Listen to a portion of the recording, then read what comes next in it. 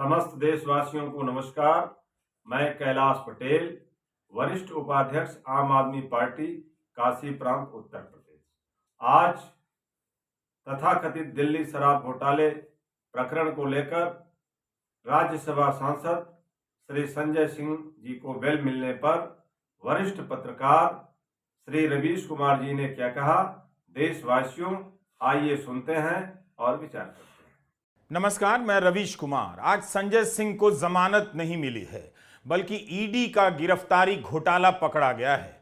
आए दिन विपक्षी नेताओं को पकड़कर जेल में डालने की ईडी की भूख आज सुप्रीम कोर्ट के एक सवाल के आगे हवा हो गई। बोलती ही बंद हो गई, लेकिन सुप्रीम कोर्ट के सवाल और उसके सामने ईडी की चुप्पी, ईडी के मामले में गिरफ्तारी और लंबे समय तक बेल न मिलने के खेल से अदालत ने आज पर्दा हटा दिया। आज पता चल गया कि केवल बेल न देने के दम पर ईडी का भूत खड़ा किया गया है, ताकि आम आदमी से लेकर पत्रकार, विपक्ष के नेता, हर कोई चुप हो जाए। संजय सिंह के मामले में जिस तरह से ईडी ने चुप्पी मारी, उसे देखकर उन सभी के चेहरे नजरों के सामने घूमने लगे जिन्हें इस एजेंसी की क्रूरता और दमन का शिकार होना पड़ा है। न्यूज क्लिक के संस्थापक प्रबीर पुरकायस्थ भी उसी समय गिरफ्तार किए गए थे जब संजय सिंह को गिरफ्तार किया गया। प्रबीर पुरकायस्थ के केस में भी वही हुआ है जो दिल्ली शराब घोटाले में हुआ है। अमित चक्रवर्ती के सरकारी गवाह बनते ही उन्हें माफी मिल गई। दिल्ली शराब घोटाले में बेल मिलने के बाद सरकारी गवाह केजरीवाल का नाम लेता है और केजरीवाल जेल में डाल दिए जाते हैं। आज की सुनवाई में संजय सिंह की ओर से पक्ष रखते हुए डॉक्टर अभिषेक मनु सिंघवी ने बताया कि कैसे जिस व्यक्ति के बयान के आधार पर गिरफ्तारी हुई, उसने संजय सिंह का नाम लेने से पहले 9 बयानों में उनका नाम नहीं लिया था। संजय सिंह से पैसे की कोई बरामदगी नहीं हुई है। इस मामले में दिनेश अरोड़ा नाम का वह व्यक्ति सरकारी गवाह बन गया। उसे ईडी द्वारा आपत्ति हटा लेने के बाद में अगस्त 2023 को बेल मिल गई। उस समय सुनवाई करने वाले कोर्ट ने कहा कि ईडी स्मार्ट बन रही है। सिंघवी ने बताया कि दिनेश अरोड़ा ने न्यायिक हिरासत में भेजे जाने के बाद संजय सिंह पर पहली बार आरोप लगाए। उन्होंने कहा कि दिनेश अरोड़ा ईडी का स्टार गवाह है, उसे माफी मिली है। सिंघवी ने कोर्ट में कहा कि वाई को छोड़कर एक्स पर निर्भर होने की इस प्रथा पर अदालत को अंकुश लगाना होगा। उन्होंने दावा किया कि ईडी ने दिनेश अरोड़ा को बेल दिलवाने की इस तरह से कोशिश की कि लगे ही ना कि ऐसा किया जा रहा है। 4 अक्टूबर को जिस दिन संजय सिंह को 9 घंटे की पूछताछ के बाद गिरफ्तार किया गया, उससे एक दिन पहले दिल्ली के स्पेशल कोर्ट के जज MK नागपाल ने राघव रेड्डी और दिनेश अरोड़ा को इस शर्त पर माफी दे दी कि वे दोनों अपराध से संबंधित सभी खुलासे करेंगे। उस समय तक दोनों को बेल मिल चुकी थी। औरबिंदो फार्मा के शरत रेड्डी तब तक उस मामले में बेल पाकर सरकारी गवाह बन चुके थे। उनकी कंपनी ने भाजपा को 55 करोड़ का चंदा दिया है। इन सारी बातों को सिलसिलेवार देखिए, बार बार वीडियो देखिए। यही नहीं, जज MK नागपाल ने सरकारी गवाह बने दिनेश अरोड़ा को अपनी शादी की 25वीं सालगिरह मनाने के लिए स्पेन जाने की इजाजत दे दी। कमाल है, यहां मुख्यमंत्री और उप मुख्यमंत्री जेल में सड़ाए जा रहे हैं और सरकारी गवाह बनकर लोग स्पेन में हनीमून मनाने जा रहे हैं। सुप्रीम कोर्ट में जस्टिस संजीव खन्ना, जस्टिस दीपांकर दत्ता और जस्टिस PV वराले की बेंच ने बस इतना पूछ दिया कि आपके पास 2 करोड़ रिश्वत लेने के मामले में क्या सबूत हैं। कोर्ट ने कहा कि हमें नहीं लगता कि कोई सबूत है। संजय सिंह के खिलाफ मनी लॉन्ड्रिंग का केस बनता भी है या नहीं। कोर्ट ने कहा कि 6 महीने हो गए, अब जेल में रखने की क्या जरूरत है। जस्टिस खन्ना ने कहा कि दिनेश अरोड़ा ने शुरू में संजय सिंह के खिलाफ कोई बयान नहीं दिया, बाद में दिया, मगर तथ्य यही है कि इस मामले में पैसे की बरामदगी नहीं हुई है। आप इस बारे में लंच के बाद निर्देश लेकर आइए। साथ ही कोर्ट ने यह भी कह दिया, अगर आप जमानत का विरोध करते हैं तब आपको सारे दस्तावेज दिखाने होंगे। हम उसके आधार पर देखेंगे और दर्ज करेंगे कि संजय सिंह के खिलाफ केस बनता है या नहीं। अगर ऐसा हुआ तो इस केस की ट्रायल पर बहुत असर पड़ेगा। इतनी सी बात पर ईडी की घिघी बंध गई। बोला नहीं गया, दस्तावेज दिखा देती, बता देती कि 6 महीने में पता चल गया है कि संजय सिंह ने किससे और कैसे 2 करोड़ रिश्वत ली है। ईडी ने इस बेल को बिल्कुल ही अपोज नहीं किया। वो क्यों नहीं किया? क्योंकि आज अदालत की कार्रवाई में माननीय जजेस ने ईडी से 3 सवाल पूछे संजय सिंह जी को लेकर। पहला कि पिछले 6 महीने से आपने जो है गिरफ्तार कर रखा है, आप ये बताएं कि आगे जो है इनको गिरफ्तार रखने का क्या मकसद है, क्यों गिरफ्तार रखना चाहते हैं। दूसरा, आपने ये आरोप लगाया है कि इन्होंने 2 करोड़ रुपए की घूस ली तथाकथित एक्साइज घोटाले के मामले में। आपके पास इस बात का क्या प्रमाण है? और अगर ऐसा है तो क्या जिस व्यक्ति का नाम सीबीआई की चार्जशीट में नहीं है, जिस व्यक्ति का नाम पिछले 5 चार्जशीट में नहीं आया, जिस व्यक्ति का नाम जिसके बयानों के आधार पे एक्यूज बनाया गया है, वो अपने दिए गए 8 बयानों में कोई जिक्र नहीं करता और अचानक जो है 9वें बयान में वो नाम लेता है, तो इन सब चीजों को देखकर ऐसा लगता है कि संजय सिंह जी के खिलाफ प्रिमा फेसाई जो है वो कोई केस नहीं बनता है। आप हमें बताएं, अदालत को इन सारे सवालों का जवाब दें और ये मामला जो है वो लंच के बाद जो है रखा जाता है। लंच के बाद जब ईडी आती है, ईडी के वकील से जब पूछा जाता है कि आपको क्या कहना है, तो ये बहुत आश्चर्यजनक हुआ कि जिस मामले में जिस व्यक्ति को 6.5 महीने से गिरफ्तार करके रखा गया है और ईडी कह रही थी कि हमारे पास सबूतों का पुलिंदा है, उनको 2 शब्द नहीं मिले उनके जमानत के विरोध करने के लिए और उन्होंने कहा कि संजय सिंह जी को बेल दे दी जाए, हमें कोई आपत्ति नहीं है। अक्टूबर महीने में संजय सिंह गिरफ्तार किए गए, तब से लेकर अप्रैल फूल्स भी गुजर गया, मगर फूल ही बनाया जा रहा था। गनीमत थी कि आज तारीख 2 अप्रैल थी। 6 महीने की जांच हो गई और ईडी जैसी शक्तिशाली, सर्वगुण और भारत की मजबूत संस्था को पता ही नहीं चला कि संजय सिंह को 2 करोड़ कैसे मिले, किसने दिए। क्या यह कुछ ज्यादा नहीं हुआ? और यह अभी भी नहीं हो रहा है। अगर इस तरह से होता रहा तब फिर यह देश क्या बनकर रह जाएगा? धर्म का नाम लेकर, मंदिरों का नाम लेकर इस देश पर क्या गिरोहों का राज चलेगा या जनता की आवाज का कोई मतलब भी रह जाएगा? आज देश की सबसे बड़ी अदालत सुप्रीम कोर्ट के 3 जज बेंच ने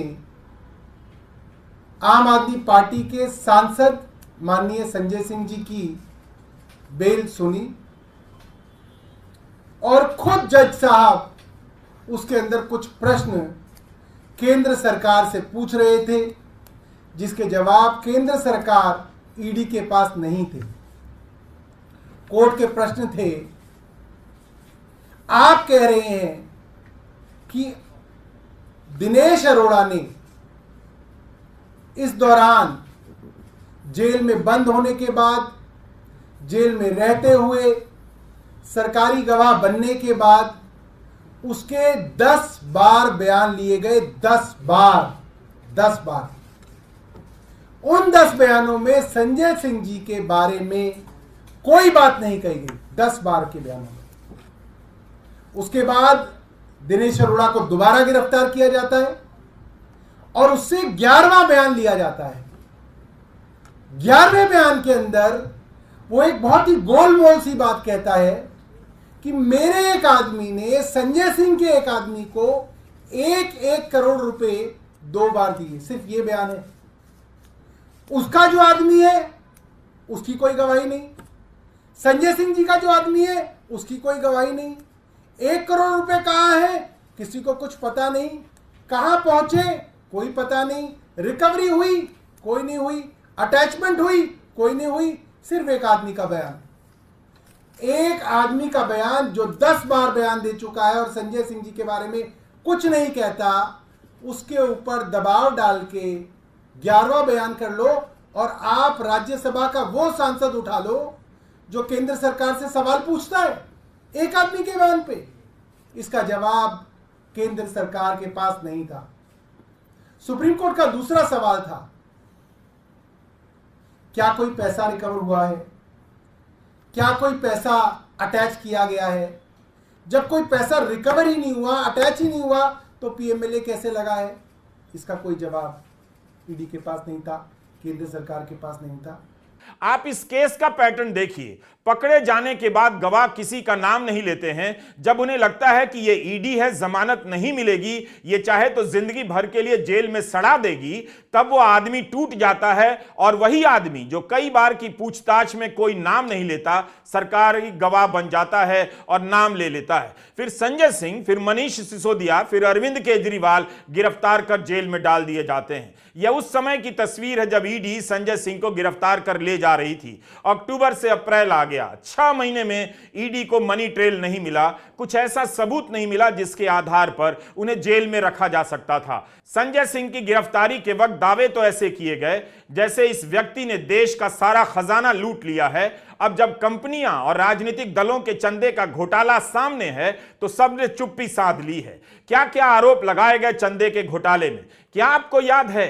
30 जनवरी को छपी खबरों को पलटकर देख रहा था। ईडी दिल्ली हाईकोर्ट में क्या कर रही है? जमानत का विरोध करते हुए ईडी ने हाईकोर्ट में कहा कि संजय सिंह मुख्य साजिशकर्ता हैं।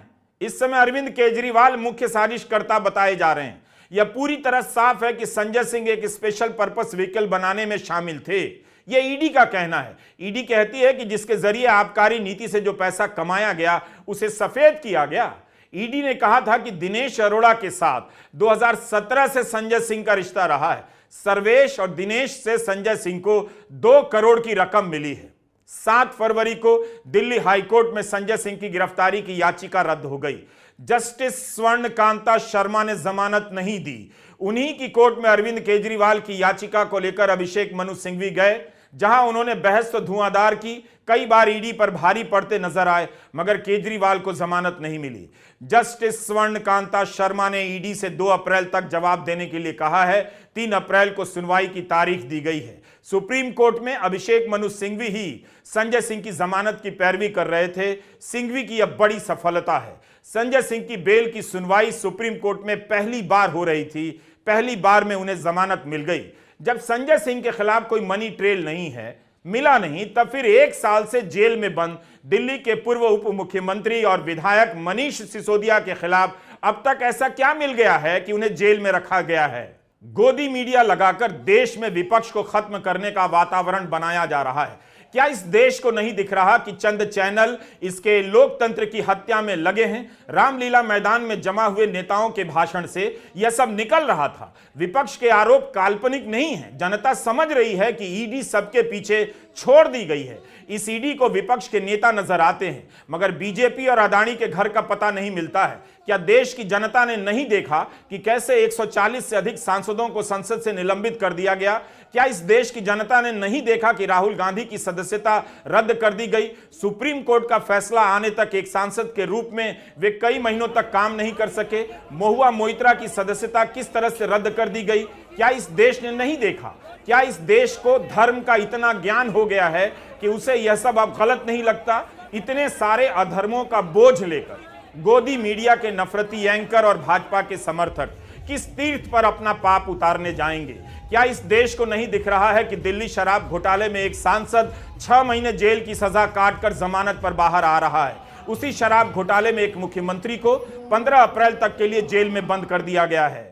ये उनका कहना है, या हमारे पास आओ, गवाही दो, या नहीं तो गूंगे हो जाओ। इसीलिए आज केजरीवाल जी को, आज हेमंत सोरेन जी को अंदर डाल दिया। क्या ऐसा गुनाह था भाई? अब बाद में भी कर सकते थे। उनको बुला के पूछताछ करने के बाद में सजा देते। इलेक्शन के वक्त नोटिफिकेशन हो रहा है, आप उनके ऊपर केस करके अंदर डालते हो। और हेमंत को भी उसी वक्त उसके ऊपर उनका यही कसूर था कि वो गठबंधन के साथ चलना चाहते थे। उनको बुलाया गया, पूछा गया, तब उन्होंने कहा मैं कांग्रेस के साथ रहूंगा, गठबंधन के साथ रहूंगा। मैं आप कितना भी मेरे ऊपर प्रेशर करो, मैं झुकने वाला नहीं है, ये हेमंत ने कहा था। तो इसलिए मोदी जी ने केस बनाया और उनको अंदर डाला। क्या यह लेवल प्लेइंग ग्राउंड है? क्या यह मैदान है?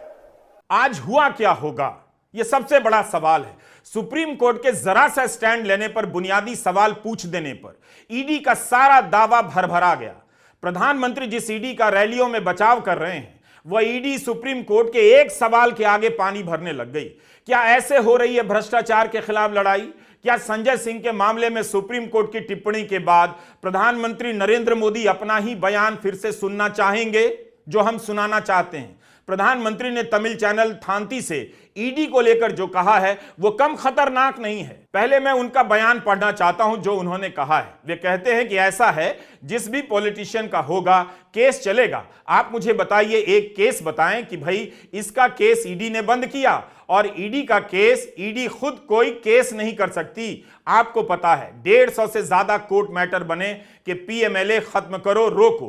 किसी अफसर की पोस्टिंग रोकने के लिए सुप्रीम कोर्ट, किसी अफसर को ना हटाने के लिए सुप्रीम कोर्ट। यानी ईडी काम ना करे, इसके लिए अदालतों को एक बहुत बड़ा हथियार बनाने की कोशिशें हुई हैं, क्योंकि उनको मालूम है कि भ्रष्टाचार के खिलाफ मोदी की जो लड़ाई है वो रुकने वाली नहीं है। तो उनको लगता है कि इस एजेंसी के कानून को ही खत्म कर दो, ताकि देश में भ्रष्टाचार की बातें कोई ना कर पाए, लड़ाई ना लड़ पाए।